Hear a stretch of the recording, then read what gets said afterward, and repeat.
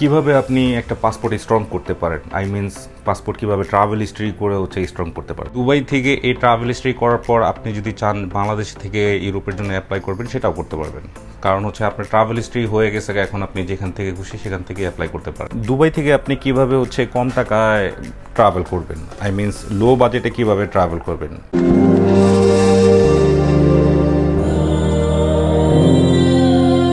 যাদের ফিউচারে প্ল্যান আছে ইউরোপে যাবার, আর যারা এদেশে পুরাতন লোক আর কি, তারাও মাস্ট এই ভিডিওটা ওয়াচ করবেন। কারণ আপনাদের সামনের যে ডিসিশনটা তাহলে আপনাদের নিতে খুবই হেল্পফুল হবে। আর আমি যে এই বিষয়টা নিয়ে আজকে ভিডিও বানাচ্ছি, এই ব্যাপারটা আমি নিজেও আশা করি নাই যে আমার এই ব্যাপারটা নিয়ে একটা ভিডিও করতে হবে। কারণ ইউটিউবে আপনি কোথাও সার্চ করে এরকম ভিডিও পাবেন না। আর যদি পানও সেটা আমাদের রিজনের ভিতরে নাই, বা আদার্স ন্যাশনালিটি ওরা করছে আর কি। তো এই ভিডিওটা আমি মনে করি খুব গুরুত্বপূর্ণ একটা ভিডিও, তো কথাগুলো খুব মনোযোগ সহকারে শুনবেন। আসলে যে টপিকটা থাম্বনেল দেখেই বুঝতে পারছেন যে ইউরোপে যাওয়ার জন্য যে ট্রাভেল হিস্ট্রিটা লাগে, আই মিনস পাসপোর্টটা কীভাবে স্ট্রং করতে হয়।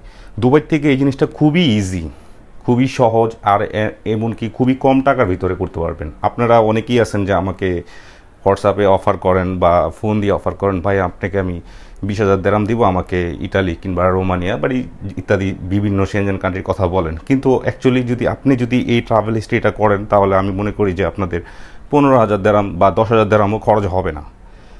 কারণ এটা একটা সুন্দর একটা প্রসেস। তো কথা না বাড়িয়ে আমি ভিডিওটা মেন টপিকে চলে যাচ্ছি। আসলে ব্যাপার যে দুবাই থেকে ট্রাভেল হিস্ট্রি করার জন্য আপনার ফার্স্টত ভিসা নিতে হবে নর্মাল কান্ট্রিগুলো। এখন অনেকেই ভাবেন যে তুরস্ক মনে হয় নর্মাল কান্ট্রি, কিংবা আদার্স যে কান্ট্রিগুলো আছে মালয়েশিয়া, সিঙ্গাপুর, আসলে এগুলো নর্মাল কান্ট্রি না, এগুলো খুব ব্যয়বহুল, অনেক টাকা খরচ হয়। তো যাদের বাজেট খুব কম থাকে, কম টাকা বাজেটের ভিতরে খুব সুন্দর একটা ট্রাভেল হিস্ট্রি, ইভিন স্ট্রং একটা ট্রাভেল হিস্ট্রি করতে চান, তাদের জন্য ভিডিওটা আজকে খুব গুরুত্বপূর্ণ। তো দুবাই থেকে ইজিপ্ট, জর্দান, মরক্কো, এই কান্ট্রিগুলো দিয়ে আপনি ফার্স্ট শুরু করবেন। যদি আপনার পাসপোর্টে যদি আগের থেকে ট্রাভেল হিস্ট্রি না থাকে, তাহলে এই কান্ট্রিগুলো ট্রাভেল করার জন্য খুব বেস্ট, আর খুবই কম টাকার ভিতরে। ধরুন আপনি ইজিপ্ট থেকে জর্দান ঘুরে আসলেন, এখানে আপনার নর্মাল একটা খরচ হবে। আর ইজিপ্টের ভিসার দামও খুব কম, আপনি 250 দেরহামের মধ্যে ভিসা টিসা সব করে ফেলতে পারবেন। তারপরে মরক্কো না যান, জর্দানে গেলেন, জর্দানে আপনার 200 টাকার মধ্যে জর্দানের ভিসাটা পেয়ে গেলেন। আপনি দুইটা কান্ট্রি একসাথে ভিজিট করলেন। আর এই দুইটা কান্ট্রি ভিজিট করার পরে আপনার তুরস্কর জন্য ভিসার জন্য অ্যাপ্লাই করলেন। তুরস্কর জন্য ভিসা অ্যাপ্লাই করার সাথে সাথে তুরস্ক ভিসা আপনাকে দিয়ে দিবে।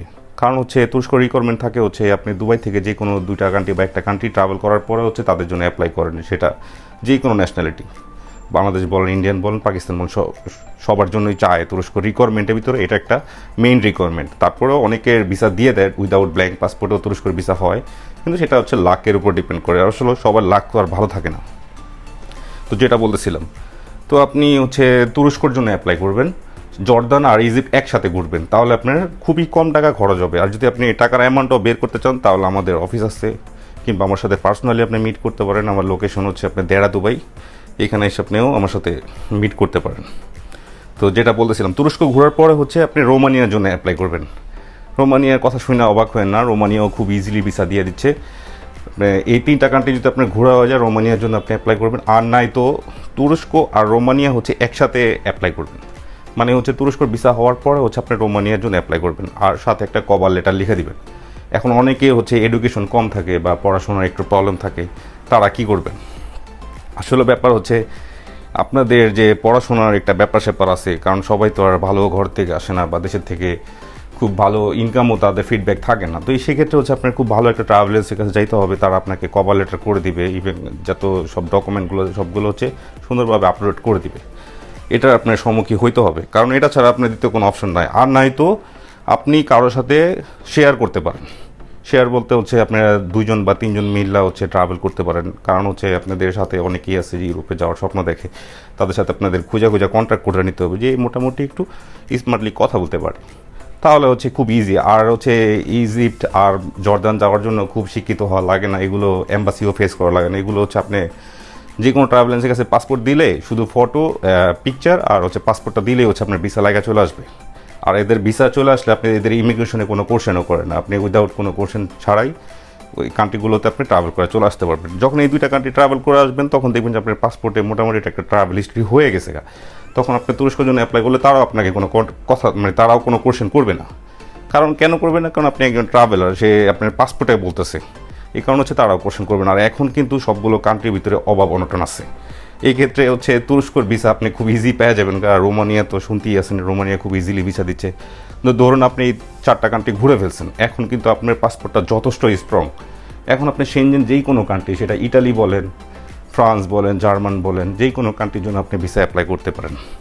যে কোনো কান্ট্রির জন্য ভিসা অ্যাপ্লাই করলে এদের ভিসাটা আপনি পেয়ে যাবেন। যখন এদের ভিসাটা পেয়ে যাবেন তো তখন আপনি সিঙ্গেল ট্রাভেল করে আপনি ঘুরে আসলেন, তো এই ক্ষেত্রে আর কোনো প্রবলেম হবে না। তো আর এর ভিতরে একটা ব্যাঙ্ক স্টেটমেন্টের একটা ব্যাপার আছে। আসলে ব্যাঙ্ক স্টেটমেন্টের ব্যাপারটা এই ভিডিওর ভিতরে আমি আলোচনা করতে চাচ্ছি না, কারণ ভিডিওটা অনেক বড় হয়ে যাচ্ছে। আর ব্যাঙ্ক স্টেটমেন্টের ব্যাপারটা আপনাদেরকে খুব ক্লিয়ারলি বুঝাইতে হবে। কারণ হচ্ছে এই স্টেটমেন্টটা নর্মালি যে আপনারা যেটা ভাবেন আসলে ওরকম না, যে ব্যাংকের ভিতরে কত হাজার দেড়াম ট্রানজ্যাকশন দেখাইতে হবে বা কত টাকা রাখতে হবে বা কীভাবে স্টেটমেন্টটা করতে হয়। এই ব্যাপারটা আসলে কি সংক্ষেপে বলা যাবে না, এটার জন্য আমি আলাদা একটা ভিডিও বানাবো। তো অবশ্যই ভিউয়ার্স, চ্যানেলটা ভালো লাগলে অবশ্যই সাবস্ক্রাইব করবেন, ভিডিওটা ভালো লাগলে, সরি।